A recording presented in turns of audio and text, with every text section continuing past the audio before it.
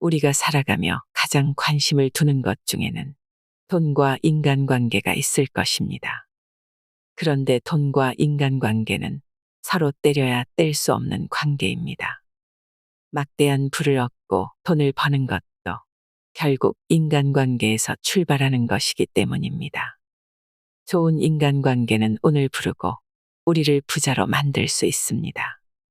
워렌 버핏은 데일 카네기에게 인생의 중요한 것을 배웠다고 했고, 버락 오바마는 나의 대화 능력과 연설 기술은 데일 카네기에서 나왔다고 했습니다.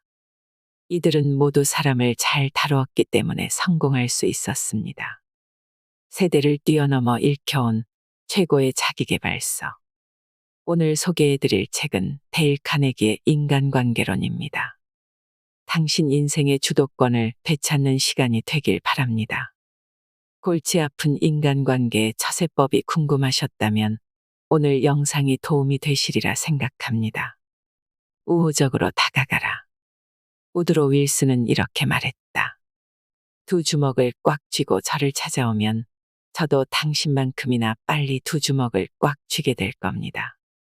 만약 누군가가 당신과의 불화로 마음이 괴롭고 당신을 향해 악감정을 품고 있다면 세상의 모든 논리를 다 동원해도 그 사람의 생각을 당신 쪽으로 돌릴 수는 없다. 자녀를 꾸짖는 부모, 부하 직원에게 고압적인 상사, 싸움을 좋아하는 배우자는 이 점을 반드시 깨달아야 한다. 사람들은 마음을 바꿔먹고 싶지 않다는 건 말이다.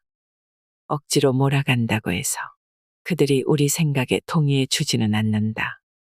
하지만 부드럽게 우호적으로 한없이 부드럽고 한없이 우호적으로 접근한다면 어쩌면 그들도 마음을 바꿀지 모른다.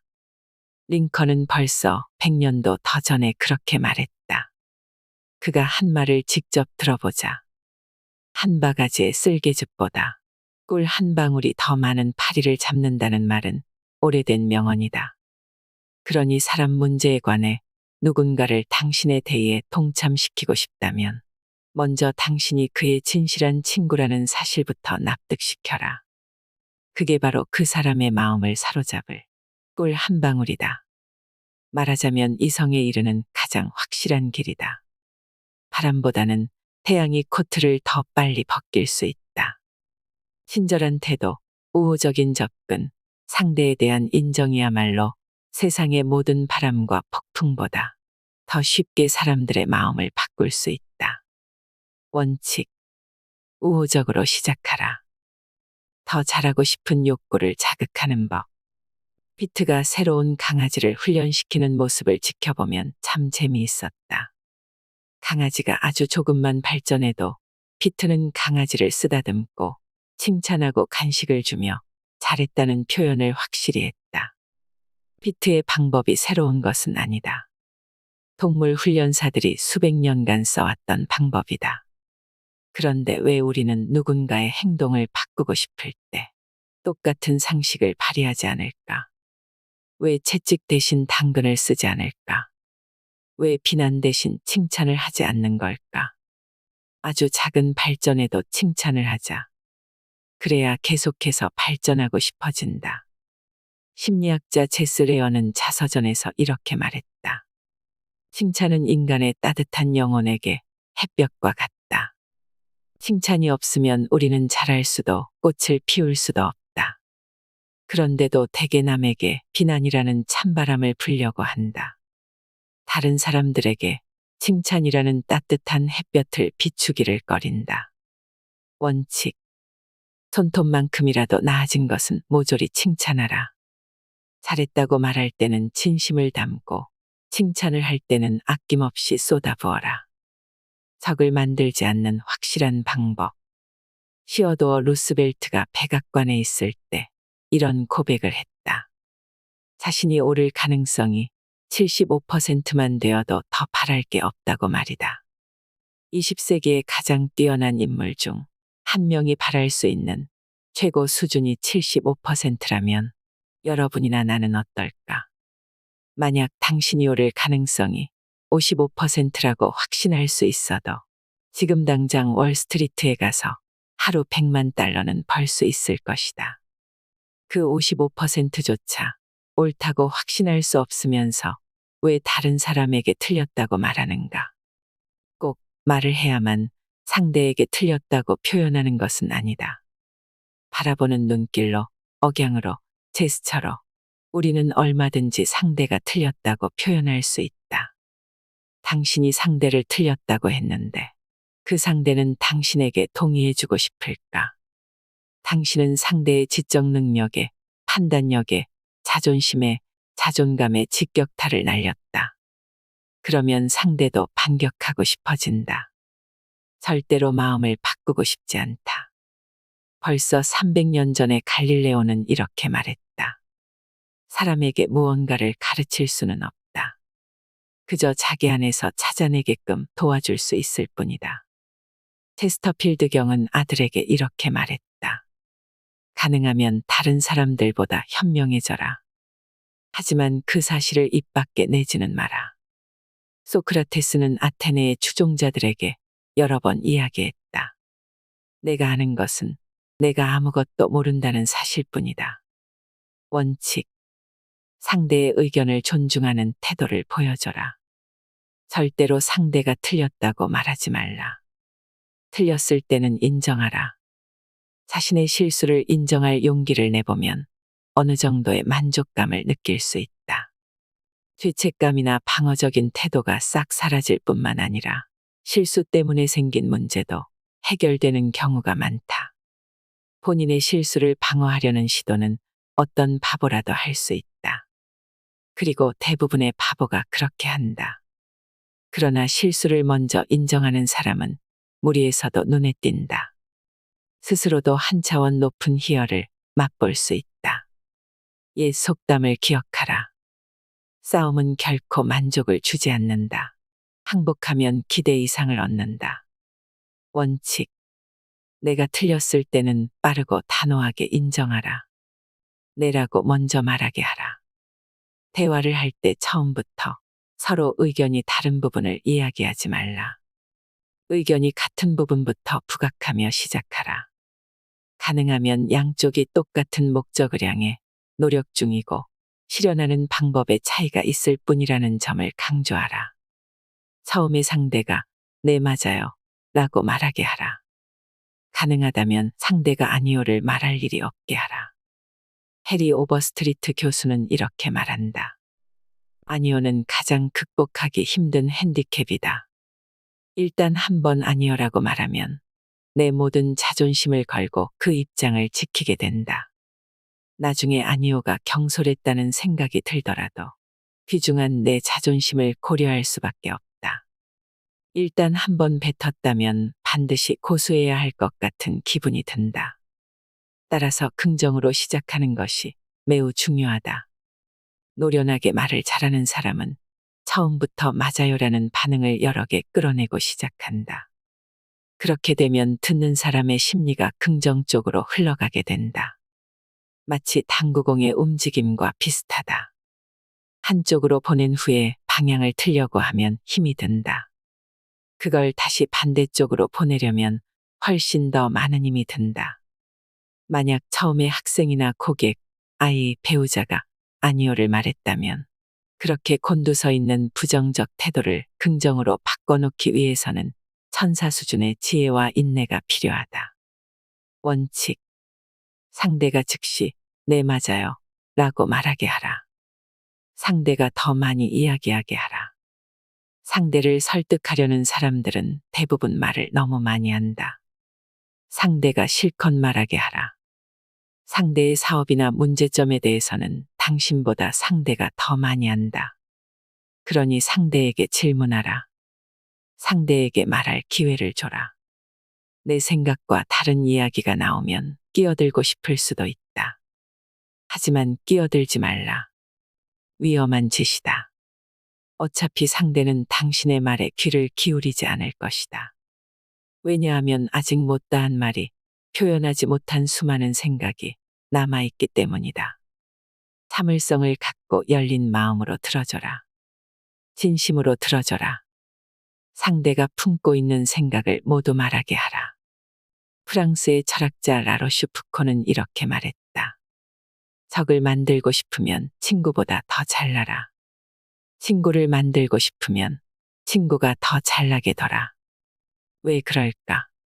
우리보다 무엇인가 뛰어날 때 친구는 자신이 중요한 사람이라고 느낀다.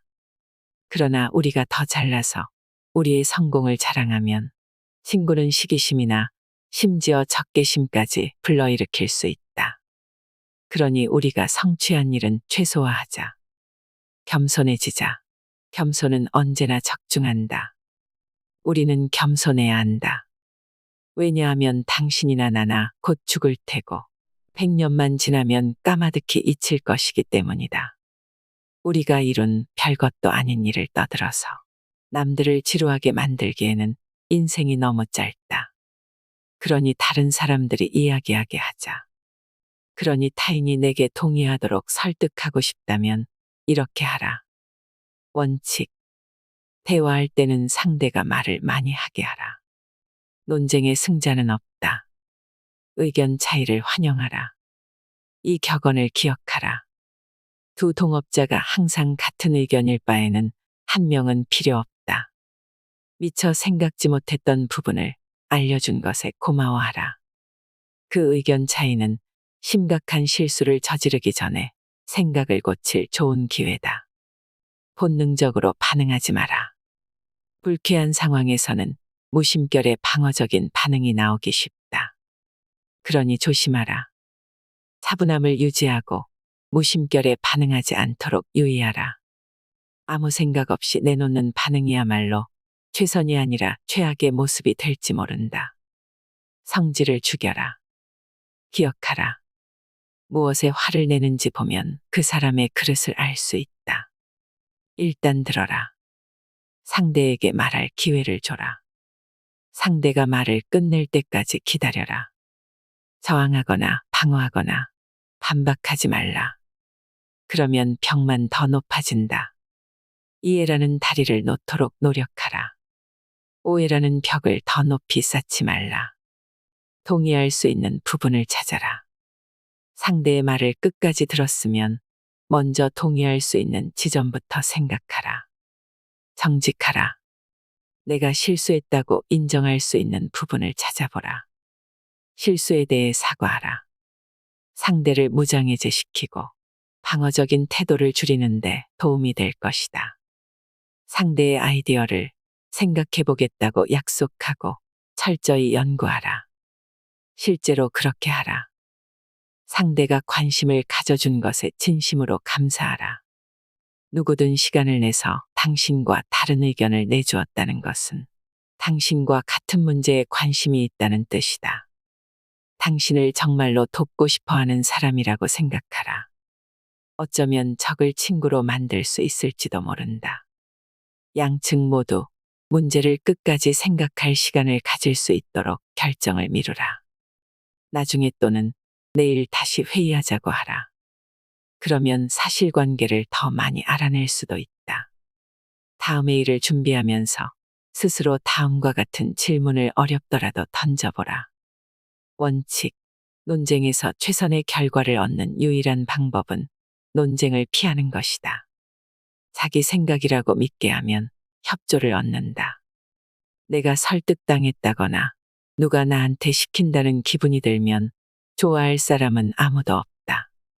사람들은 내가 원해서 샀거나 내 생각에 따라 행동했다고 느끼기를 훨씬 좋아한다. 내가 바라거나 원하거나 생각하는 것이 무엇이냐고 누가 물어봐 주는 것을 좋아한다. 2500년 전에 중국의 현인 노자가 다음과 같은 말을 했다.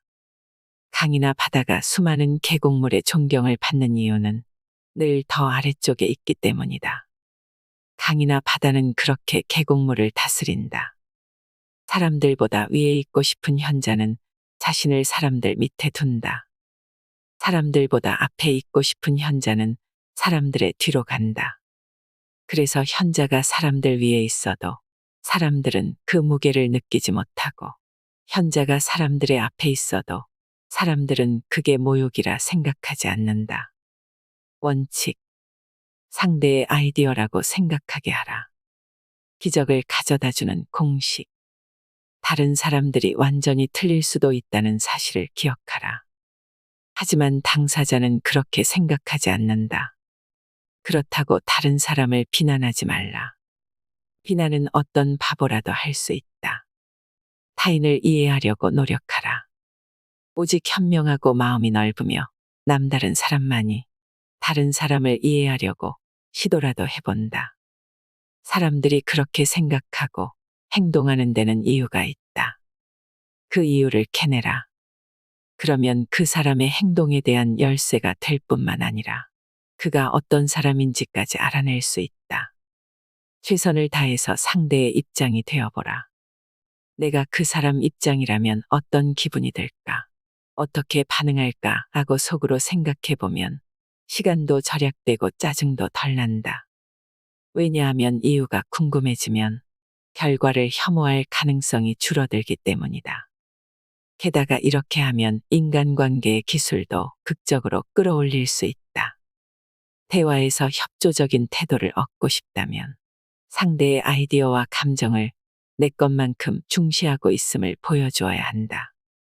대화를 시작할 때 상대에게 대화의 목적이나 방향을 알려주고 내가 상대라면 어떤 말을 듣고 싶을지를 고려하여 이야기하고 상대의 관점을 받아들인다.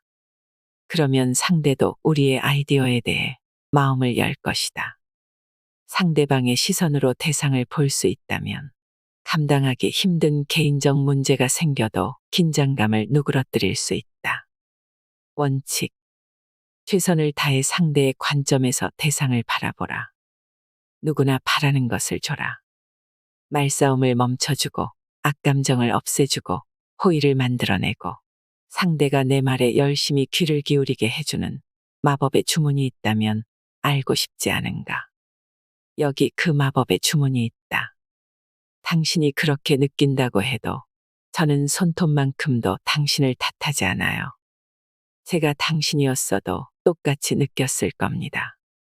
저렇게 답을 하면 아무리 성미가 고약한 작자라고 해도 누그러질 것이다. 그리고 저 말을 할 때 100% 진심이어야 한다. 왜냐하면 여러분이 상대방이라면 분명 똑같이 느꼈을 것이기 때문이다. 예를 들어 여러분이 방울뱀이 아닌 이유는 여러분의 어머니와 아버지가 방울뱀이 아니었기 때문이다. 그뿐이다. 여러분이 악어를 숭배하지 않는 이유는 파라오 시대의 고대 이집트에서 태어나지 않았기 때문이다. 그뿐이다. 지금의 당신이 되는데 당신이 노력한 부분은 거의 없다. 기억하라. 짜증나고 편협하고 살이 분별이 되지 않는 상태로 당신을 찾아오는 사람들 역시 지금의 그들이 되는데 그들 스스로가 잘못한 부분은 거의 없다. 불쌍한 악마들을 가엾게 여겨라. 측은하게 여겨라. 안타깝게 여겨라. 당신이 만나는 사람 넷 중에 셋은 연민에 목말라 한다. 그들이 원하는 걸 줘라. 그러면 당신을 한없이 좋아할 것이다. 원칙. 상대의 생각이나 욕구에 공감하라. 미움을 사지 않고 잘못을 지적하는 법. 찰스 슈와브가 정오의 제철소를 걸어가다가 직원들이 담배를 피우는 모습을 발견했다. 직원들 머리 바로 위에 흡연 금지라고 쓰여 있었다. 슈와브가 그 표지판을 가리키면서 글자 읽을 줄 몰라요 라고 했을까? 아니다. 슈와브는 그렇게 하지 않았다. 그는 직원들에게 가서 고급 시가를 하나씩 나눠주며 이렇게 말했다. 이건 밖에서 피워주면 고맙겠네. 슈와브는 직원들이 규칙을 어겼음을 알고 있었고 직원들도 슈와브가 그걸 안다는 걸 알고 있었다. 그렇지만 슈와브는 그에 대해서는 한마디도 하지 않고 오히려 작은 선물을 하여 직원들을 중요한 사람이라고 느끼게 해주었다.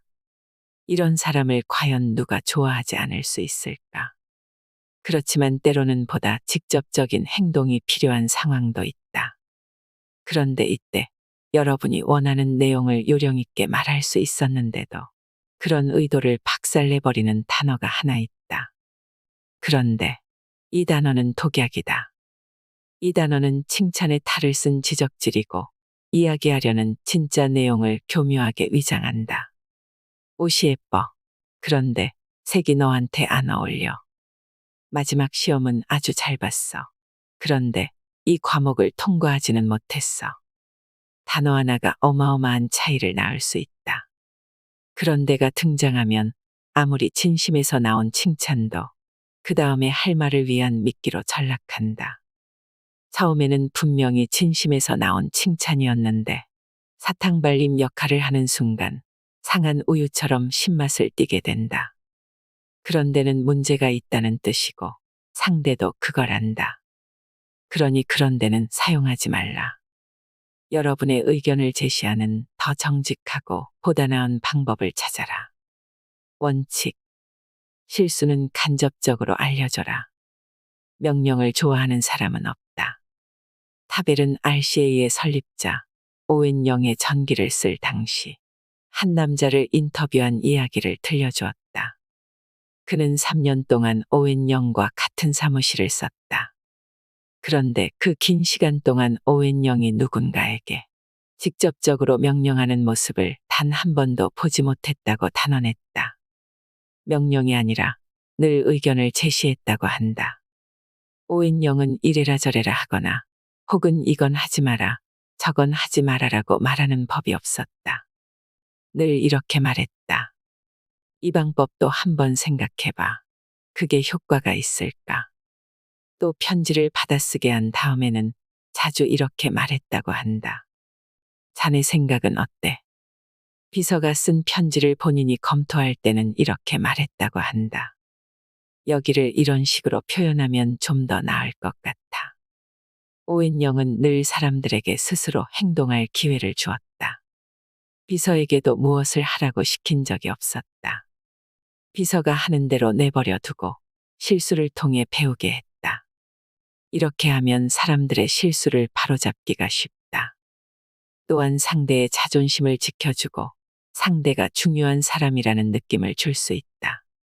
그러면 상대방은 반항하기보다는 협조하고 싶어진다. 요령 없는 명령은 반감을 산다. 그 반감은 오래도록 지속될 수 있다. 아무리 그 명령이 명백히 잘못된 상황을 바로잡기 위해서였다고 해도 말이다. 원칙. 직접 명령을 하기보다는 질문을 하라. 체면을 세워줘라. 우리는 남의 감정을 함부로 다루고 내 갈 길만 가면서 남을 책잡고 위협하고 어린아이나 직원을 사람들 앞에서 비난하고 상대의 자존심이 다치는 것을 생각조차 해보지 않는다. 몇 분만 시간을 내서 생각해 본다면, 자상한 한두 마디 말을 덧붙인다면, 상대의 태도를 진심으로 이해해 보려고 한다면, 다른 사람을 아프게 하지 않고서도 얼마든지 부드럽게 일을 처리할 수 있다. 우리가 옳고 상대방이 분명히 틀렸다고 하더라도 상대의 체면을 깎는다면 그의 자존감만 파괴된다. 생텍쥐페리는 이렇게 썼다.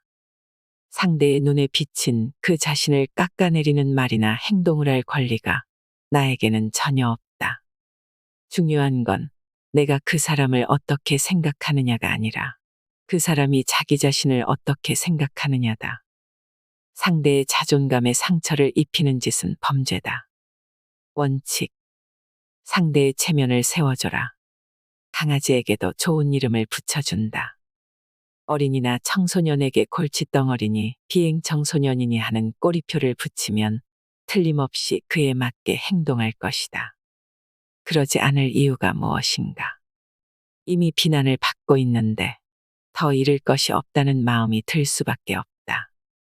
그렇지만 만약에 누군가 시간을 내서 그들에게 만회할 기회를 준다면 어떻게 될까? 남들이 존경하고 감탄할 만한 자질을 누구나 하나쯤은 지니고 있다. 약점을 책잡을 것이 아니라 그 사람의 강점을 보여줄 기회를 줘보면 어떨까?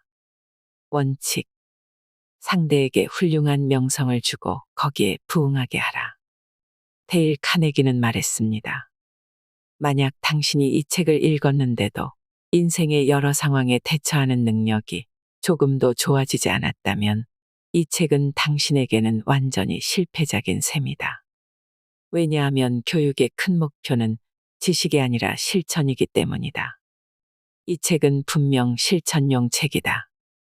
인간관계의 어려움을 해결하기 위해 아무리 많은 책들을 읽어도 책으로 공부한 것을 내 것으로 만들고 싶다면 기회가 있을 때마다 적용해 보아야 한다고 합니다.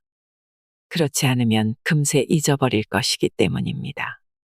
인간의 본성을 이해하고 성공 철학을 이루시길 바랍니다. 이상으로 인생의 품격이었습니다.